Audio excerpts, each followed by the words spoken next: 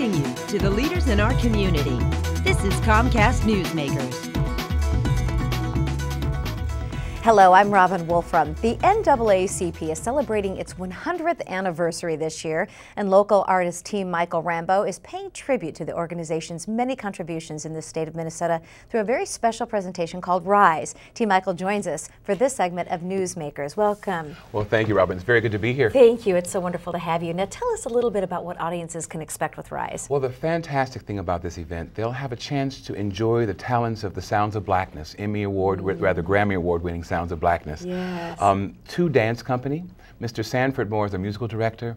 The talents of Geraldine Steele and Dennis Spears and Regina Marie Williams, Thomasina Petrus, Amy Marie Bryant, and a host of incredible talented actors, Ansa Achea, Warren Bowles.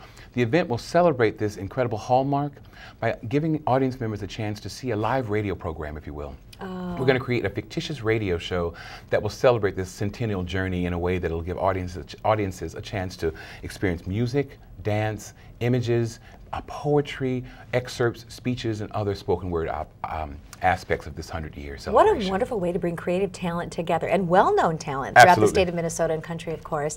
So what do you hope to gain through this program, this production? A greater sense, Robin, it's a great question, a greater sense of awareness, an understanding, and an appreciation of the significance and the merit of this organization. The NAACP has done amazing things in this journey as we talk about the significance of civil rights history and activism and culture and literature. They've given Americans as a whole a chance to understand the importance of what we all have to do, and that is put our efforts forward to create change. And it is important to recognize the civil rights journey in the state of Minnesota. Absolutely, and we'll do that in this event because we're tying the national kind of contextualization of this program, the national moments within this 100 years, as they also relate to Minnesota. So we'll look at Frederick McGee. We'll look at his significance with W.E.B. Du Bois and the Niagara Movement. Yes. We'll look at Roy Wilkins, who was the president of the organization for many, many years. We'll look at the significance and the sad memories and recollections of Duluth, Minnesota, with the lynchings of those African-American men in the 1920s. We'll talk about how Minnesotans like Dr. Josie Johnson or Dr. Aretha Clark King or any number of Minnesotans who have paid tribute to or either acknowledging their contributions throughout this whole 100 years. So on the civil rights journey, how do you think we are doing in the state of Minnesota? You know, it's a great question, Robin. I think in Minnesota, we stand out when I think of other states where I've lived.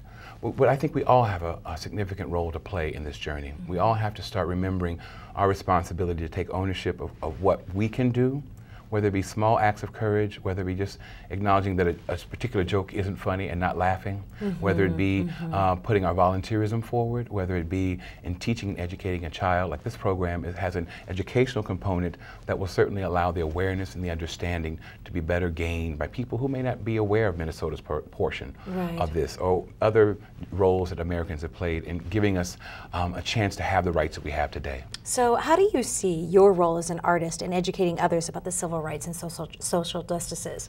Well, you know, Robin, my role, as I mentioned, as everyone's role is, but as an artist, I think art is an opportunity to create change. Art is a component that allows us not to recreate what we see, but art makes us see. It makes us understand the importance and the validity, and it affirms each of our ability to do something. That I think we sometimes forget that we are all artists in some small or large way.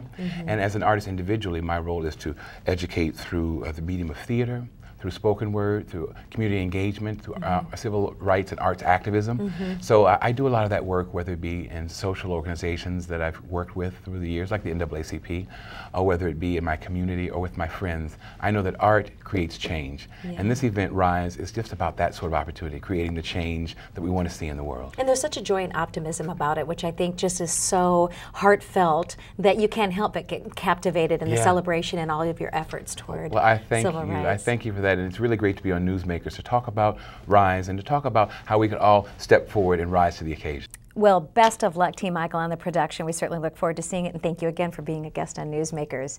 Well, Rise takes place Saturday, September 19th, so be sure to mark your calendars at the historic Fitzgerald Theater in downtown St. Paul. To order tickets, go online to fitzgeraldtheater.publicradio.org, or you can call the Fitz box office at 651-290-1221. That's it for this edition of Comcast Newsmakers. I'm Robin Wolfram. Thanks for watching.